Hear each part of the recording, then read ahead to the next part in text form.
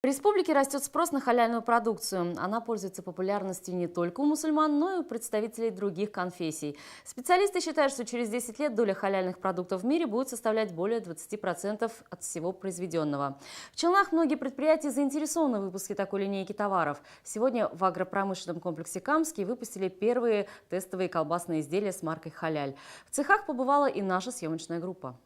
Рабочие формируют первую партию халяльных колбас. О выпуске такой продукции на предприятии задумались уже давно. Пока проводят технологические эксперименты и нарабатывают ассортимент. Когда с помощью опросов оценить качество, дело останется за малым – получить сертификат на выпуск халяльной продукции. Вот в данный момент идет докторская у нас должна быть, по-моему, халяльная.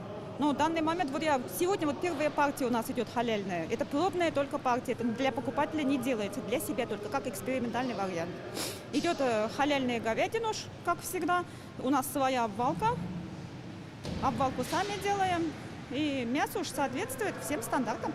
Правда, у производителей есть некоторые проблемы с получением халяльного сырья. В Татарстане мясо крупнорогатого скота производится в малых объемах, поэтому говядину придется закупать по всей России. Естественно, мы будем искать все выходы, каждый наш поставщик проходит определенный этап сертификации, да, просто какое сырье, любое, мы не можем это допустить, то есть потому что мы отвечаем за безопасность и качество нашей продукции. Соответственно, у нас входной контроль жесткий проходит здесь на предприятии.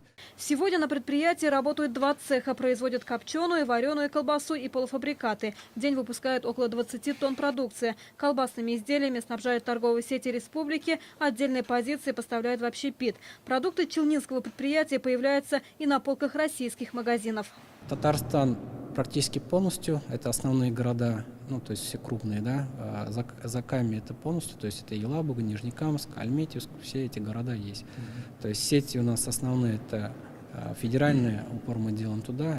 Агропромышленный комплекс «Камский» стал одним из первых резидентов территории опережающего развития. В будущем году завод выйдет на проектную мощность, заработает еще одна линия производства. Пока здесь работает более 200 человек. Количество сотрудников предприятия в ближайшее время увеличится в 3 раза. Гузель Шигапова, Сергей Вильданов. Новости.